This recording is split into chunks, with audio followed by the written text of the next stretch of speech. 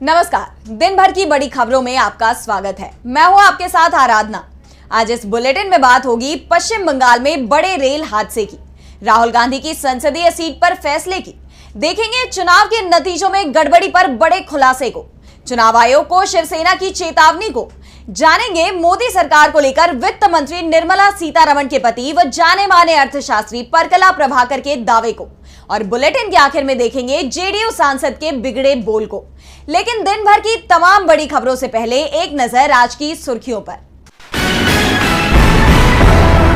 NEET परीक्षा में धांधली को लेकर आपने मोदी सरकार के खिलाफ खोला मोर्चा, मंगलवार को जंतर मंतर पर करेगी प्रदर्शन, कहा मोदी सरकार ने किया लाखों छात्रों के भविष्य के साथ खिलवाड़। कांग्रेस ने की नए आपराधिक कानूनों पर रोक लगाने की मांग, कहा नए आपराधिक कानूनों से सहमत नहीं थी संसद, देश में 1 जुलाई से लागू होने जा रहे हैं 3 नए आपराधिक कानून। बीजेपी नेता सुब्रमण्यम स्वामी ने पंढरपुर मंदिर अधिनियम को लेकर महाराष्ट्र की एनडीए सरकार पर उठाए सवाल, कहा हिंदू धर्म को महाराष्ट्र सरकार से बचाने की है जरूरत। इस्तीफे के कयासों के बीच बोले राजस्थान के कृषि और ग्रामीण विकास मंत्री किरोड़ी लाल मीणा, अपनी सरकार पर लगाए भ्रष्टाचार के आरोप, कहा जिस फाइल को छूता हूं उसमें निकलता है भ्रष्टाचार। ये तो थी सुर्खियां, अब बात आज की सबसे बड़ी खबर की। पश्चिम बंगाल में 2 ट्रेनों में टक्कर की खबर ने सनसनी मचा दी है। एक बार फिर रेल मंत्रालय सवालों से घिर गया है। सोमवार सुबह पश्चिम बंगाल के दार्जिलिंग में कंचनजंगा एक्सप्रेस में मालगाड़ी ने पीछे से टक्कर मार दी। हादसे में 15 लोगों की जान जाने और 60 के घायल होने की जानकारी दी जा रही है। दरअसल न्यू जलपाईगुड़ी स्टेशन के करीब रंगापानी के रुईधासा में रेड सिग्नल होने की वजह से कंचनजंगा एक्सप्रेस रुकी हुई थी। इसी दौरान पीछे से आ रही मालगाड़ी ने टक्कर मार दी। टक्कर इतनी जोरदार थी कि मालगाड़ी के इंजन पर एक्सप्रेस ट्रेन का एक डब्बा हवा में लटक गया, जबकि अन्य 2 डिब्बे ट्रैक से नीचे उतर गए। एनडीआरएफ, एसडीआरएफ समेत रेलवे और बंगाल के अधिकारियों ने रेस्क्यू ऑपरेशन का मोर्चा संभाला। मामले में बयान देते हुए रेलवे बोर्ड की अध्यक्ष व सीईओ जया वर्मा सिन्हा ने कहा कि शुरुआती जांच में घटना के पीछे मानवीय भूल प्रतीत होती है। आशंका जताई जा रही है कि भारी बारिश की वजह से मालगाड़ी का पायलट सिग्नल नहीं देख पाया, जिसके कारण ये दुर्घटना हुई। हालांकि सरकार ने हादसे में पीड़ितों को व उनके परिवार वालों के लिए मुआवजे का ऐलान किया है, लेकिन घटना को लेकर विपक्ष ने केंद्र सरकार को घेर लिया है।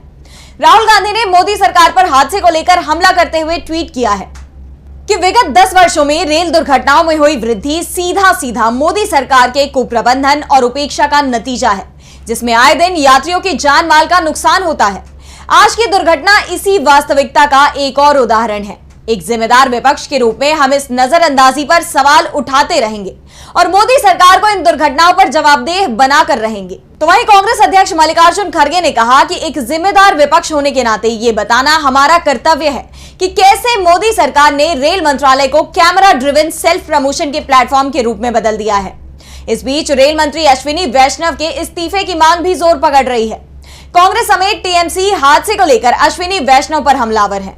एक तरफ जहां रेल हादसे ने मोदी सरकार पर सवालिया निशान लगा दिए हैं, तो सवाल इस बात पर भी उठ रहे हैं कि आखिर राहुल गांधी किस सीट से सांसद रहेंगे और किस से इस्तीफा देंगे। इसे लेकर सोमवार को कांग्रेस की अहम बैठक हुई, जिसमें राहुल गांधी की संसदीय सीट को लेकर चर्चा की गई। तो किस सीट पर लगी मुहर, कहां से राहुल देंगे इस्तीफा, देखिए ये रिपोर्ट। राहुल गांधी इस बार 2 सीट से चुनाव लड़े और दोनों ही जीते।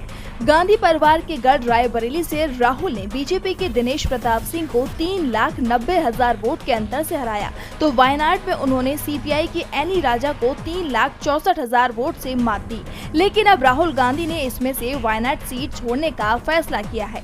दरअसल कोई भी व्यक्ति एक ही सीट से सांसद नहीं रह सकता है और इसका फैसला भी चुने जाने के 14 दिन के अंदर करना होता है।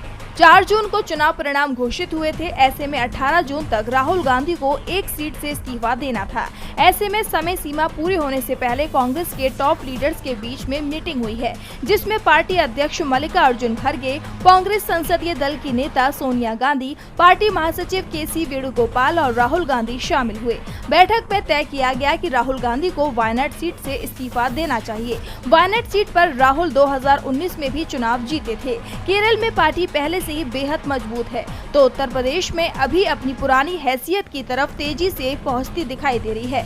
ऐसे में राहुल गांधी की यूपी में बेहद ज्यादा जरूरत है। राहुल गांधी ने भी पार्टी नेतृत्व के फैसले को स्वीकार कर लिया है। वैसे इस बात की संभावना पहले से ही जताई जा रही थी कि राहुल गांधी रायबरेली की सीट को अपने पास रखेंगे। राहुल गांधी के रायबरेली से चुनाव लड़ने का फायदा कांग्रेस और इंडिया गठबंधन को पूरे यूपी में मिला था और इंडिया गठबंधन को यूपी की 80 में से 43 सीटें जीतने में उनको कामयाबी मिली थी। फिलहाल दावा किया जा रहा है कि कांग्रेस वायनाड सीट पर प्रियंका गांधी को चुनाव लड़ा सकती है, जहां जल्द ही चुनाव होने का ऐलान भी किया जा सकता है। लोकसभा चुनाव में राहुल गांधी को जनता से मिले समर्थन ने पहले से ही बीजेपी की धड़कनें बढ़ा रखी हैं और अब महाराष्ट्र में चुनाव नतीजों में हेरफेर को लेकर छिड़े विवाद ने भी बीजेपी को मुश्किल में डाल दिया है। मामले में विपक्ष लगातार बीजेपी और चुनाव आयोग पर हमलावर है और अब इसे लेकर शिवसेना यूबीटी नेता आदित्य ठाकरे ने चुनाव आयोग को चेतावनी दे दी है। तो वहीं पार्टी सांसद संजय राउत ने भी इस सीट से विजयी घोषित किए गए शिंदे गुट के सांसद रविंद्र वायकर को लेकर बड़ी मांग कर दी है। तो क्या है पूरा मामला, देखिए ये रिपोर्ट। महाराष्ट्र में सियासत गरमाई हुई है। चुनाव नतीजों में हेरफेर को लेकर विपक्ष का गुस्सा अब बढ़ता हुआ नजर आ रहा है और निशाने पर बीजेपी समेत चुनाव आयोग भी है। शिवसेना यूबीटी नेता आदित्य ठाकरे ने चुनाव आयोग को मामले में कोर्ट जाने की चेतावनी दे दी है। आदित्य ठाकरे ने कहा कि 48 वोटों से जीत की बात हजम नहीं होती। ईवीएम से गड़बड़ी की गई है, वरना नतीजा अलग होता। उन्होंने दावा किया कि उनका प्रत्याशी अमोल कीर्तिकर इस सीट से चुनाव जीत रहा था, लेकिन बेईमानी कर ली गई। आदित्य ठाकरे ने भाजपा पर वार करते हुए कहा कि अगर ईवीएम नहीं होती तो भाजपा 40 सीटें भी नहीं जीत पाती। तो वहीं चुनाव आयोग पर तंज कसते हुए कहा कि ये इलेक्शन कमीशन नहीं बल्कि इजीली कॉम्प्रोमाइज्ड है।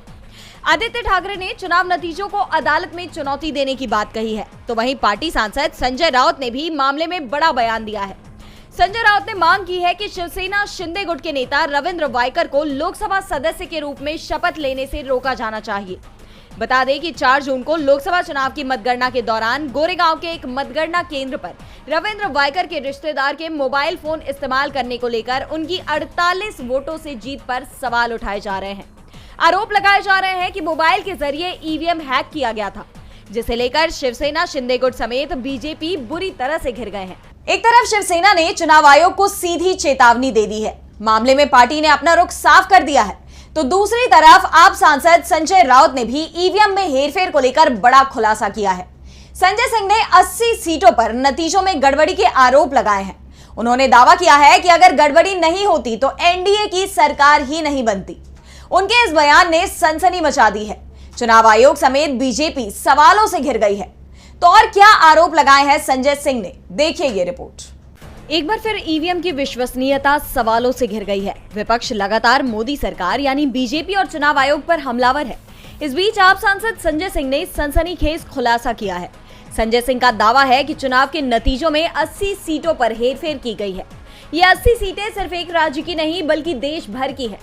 संजय सिंह ने ईवीएम को लेकर कहा कि सुप्रीम कोर्ट और इलेक्शन कमीशन को ईवीएम पर कोई सख्त फैसला लेना चाहिए। अमेरिका जैसा देश ईवीएम बंद करने की बात करता है। हम भी इसे लेकर सवाल उठाते हैं, लेकिन हमारा मजाक उड़ाया जाता है। इससे देश का लोकतंत्र कमजोर हो रहा है। मुंबई में ईवीएम से एनडीए के उम्मीदवार के रिश्तेदार का फोन जुड़ा पाया जाता है। देश में 80 सीटें हैं जो संदेह के घेरे में हैं। इसे लेकर सुप्रीम कोर्ट में भी याचिका दाखिल हुई है। संजय सिंह ने दावा किया कि अगर अब ठीक ढंग से काउंटिंग की जाएगी तो एनडीए की मौजूदा सरकार गिर जाएगी। उनके इस बयान ने सियासी पारा हाई कर दिया है। बता दें कि एडवोकेट नरेंद्र मिश्रा ने काउंटिंग में गड़बड़ी को लेकर सुप्रीम कोर्ट में याचिका दाखिल की है। उन्होंने दावा किया है कि यूपी में 48 लाख वोटों की हेराफेरी की गई है। जो वोट ईवीएम में डाले गए और बाद में 4 जून को गिने गए, उसमें 48 लाख वोटों का अंतर था।